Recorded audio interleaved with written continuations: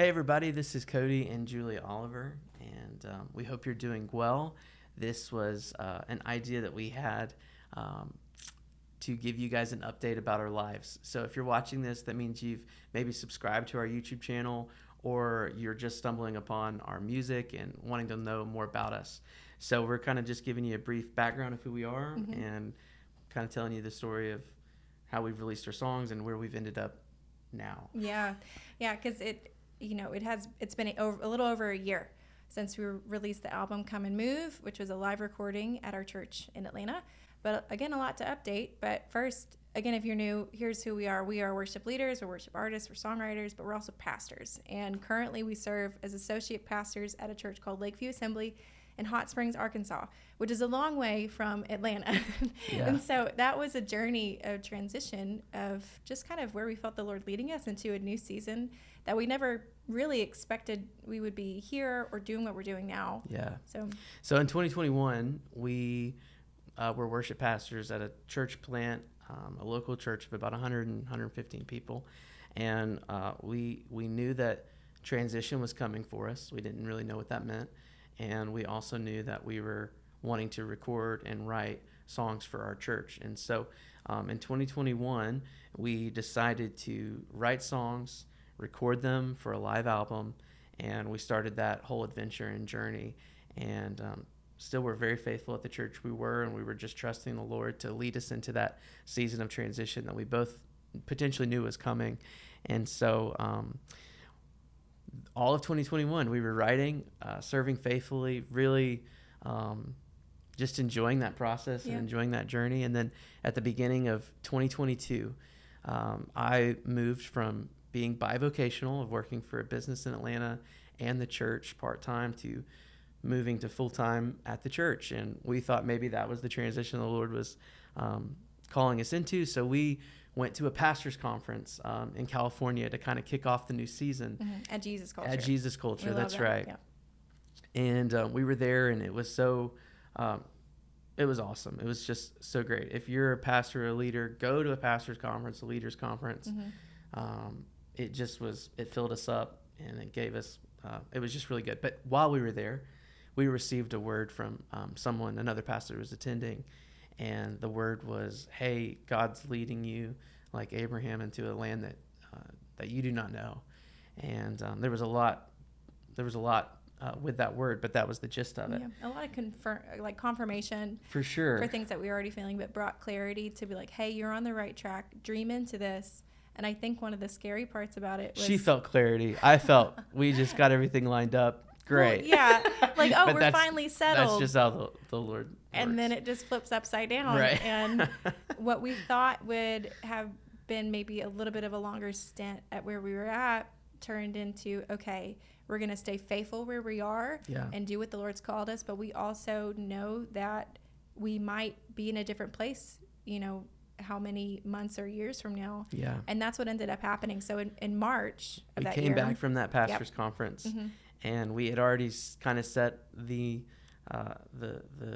recording in motion, meaning we had already started writing, doing demos, working with a producer, getting a team together, preparing our teams at our church, all of those things. And so we were like, we need to do this. We need to see this through, and we need to go through with it. And so in March of 2022, we recorded a live worship album, which was amazing, exciting. It was definitely something that we were so green in and very new in, but loved every second of it.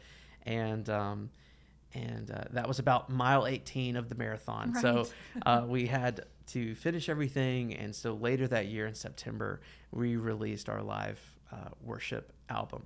9 songs on 9/9, which is significant in like the Bible and maybe in prophetic dreams. The number 9 represents the fullness of something and the completion, the birthing of something.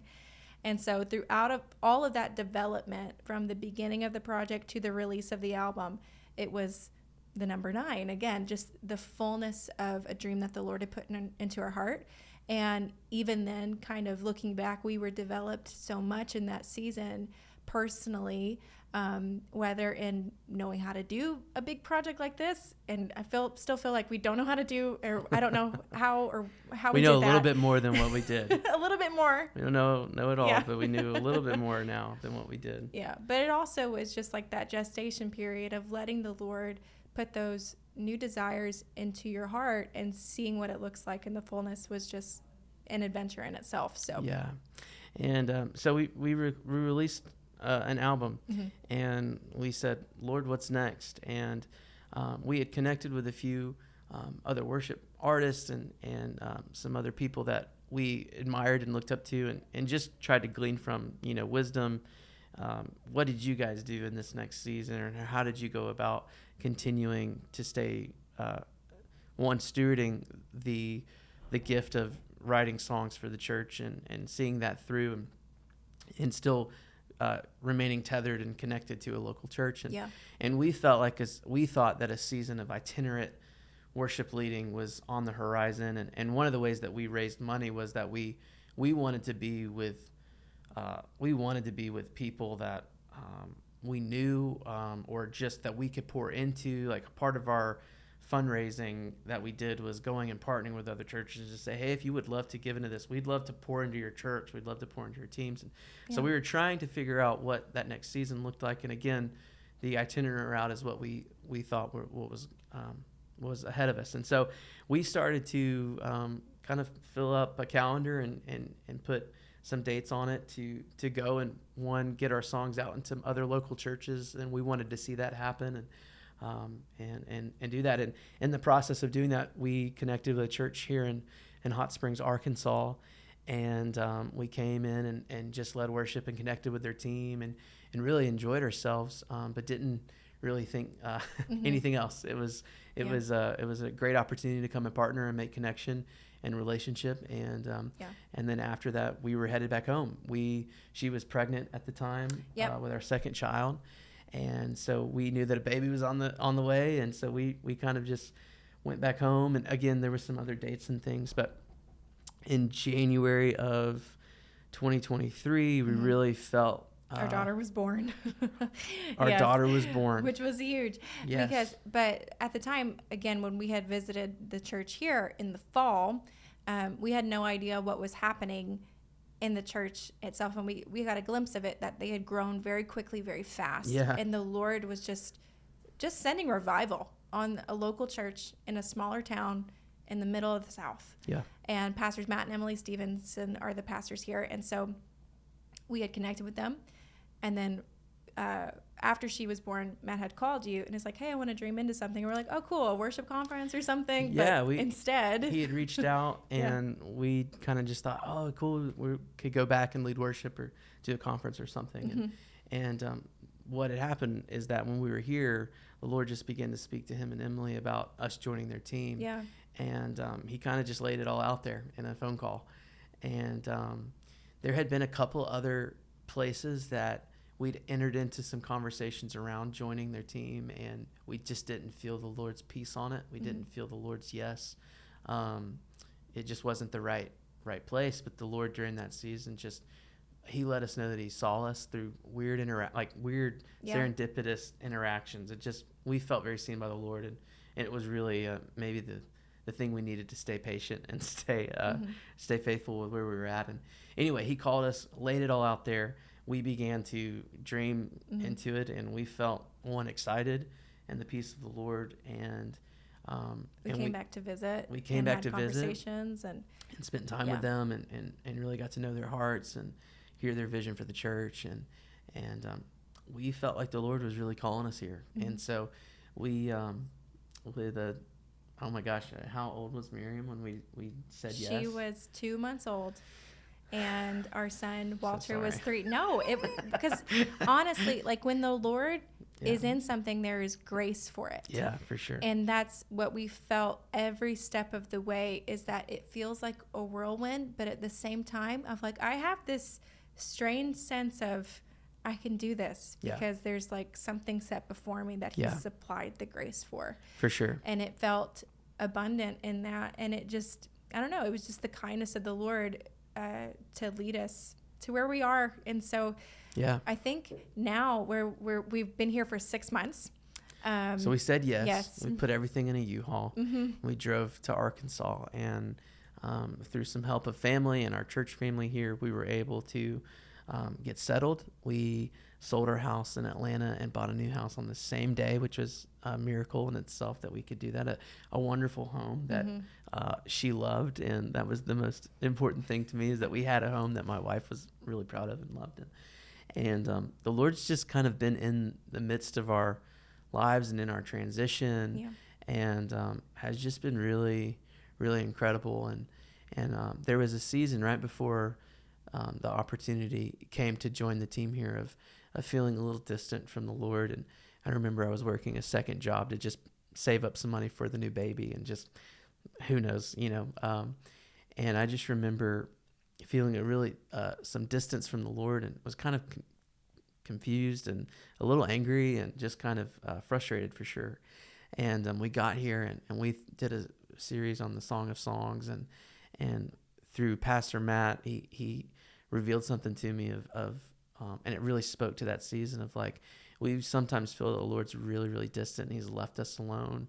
But the reality and the higher perspective of that is the Lord's actually going to prepare a place for you. And that's exactly when I heard that. I mean, it leveled me, and it gave me another, it really just messed me up and made me really, repent for being upset with the Lord to go prepare a place. But it just, thankfulness and gratitude just welled up inside of my heart. And it's been a season of learning what it looks like to live in the promise and the yes of the Lord. And that's a weird thing where we both have verbally prayed out loud specific prayers, and we're now walking in the answer and the fulfillment of that prayer. And so it's interesting to do that, and it's incredible. And so we're now here in Hot Springs, Arkansas, really, really loving where we're at, and still, getting plugged into our church and our team, but everything is really wonderful. But we also know that we still have songs out there, and we want to still steward that. And so, again, this is just an update of our lives in the last 2 years, and it's really just kind of the tip of the iceberg. There's a lot of dynamics and different things, and we won't bore you with all of that. Maybe we will. Share soon. But I think now, again, this is just an update. Here we are a year later.